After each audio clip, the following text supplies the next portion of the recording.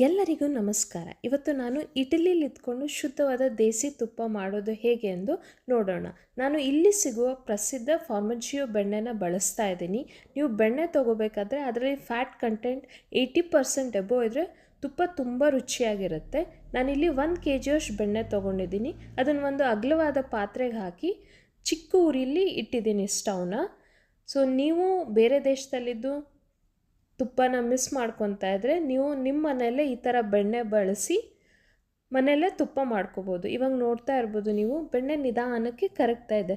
ಆ ಬೆಣ್ಣೆ ಕರಗಬೇಕಾಗಿ ತುಪ್ಪ ಆಗಬೇಕಾದ್ರೆ ಆ ಪರಿಮಳ ಇಡೀ ಮನೆಗೆ ಹರಡುತ್ತೆ. ಆ ಘಮನೇ ಬೇರೆ. ಅಮ್ಮ ತುಂಬ ನೆನಪಾದರು ಅವಾಗ.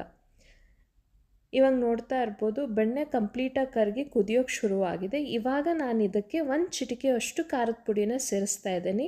ಇದು ತುಪ್ಪಕ್ಕೆ ಒಳ್ಳೆ ಬಣ್ಣ ಮತ್ತು ಸ್ವಾದ ಕೊಡುತ್ತೆ. ನಿಮ್ಮಲ್ಲಿ ವಿಳೆದೆಲೆ ಅಥವಾ ನುಗ್ಗೆ ಸೊಪ್ಪಿದೆ ಅದು ಕೂಡ ಹಾಕ್ಬೋದು. ಅದು ತುಪ್ಪನ ತುಂಬ ರುಚಿ ಮಾಡಿಸುತ್ತೆ. ನೋಡಿ ಇವಾಗ ಕೆನೆ ಬಣ್ಣದ ಬೆಣ್ಣೆ ಈಗ ಚಿನ್ನದ ಬಣ್ಣದ ತುಪ್ಪವಾಗಿ ಚೇಂಜ್ ಆಗಿದೆ. ಇವಾಗ ನಾನು ಇದನ್ನು ನಿಧಾನಕ್ಕೆ ಒಂದು ಜಾರ್ಗೆ ಸೋಸ್ಕೊತಾ ಇದ್ದೀನಿ. ಮನೇಲಿ ಮಾಡಿದ ತುಪ್ಪದ ಮಜಾನೇ ಬೇರೆ. ನೀವು ನಿಮ್ಮ ಮನೆಯಲ್ಲಿ ತುಪ್ಪನ ಟ್ರೈ ಮಾಡಿ.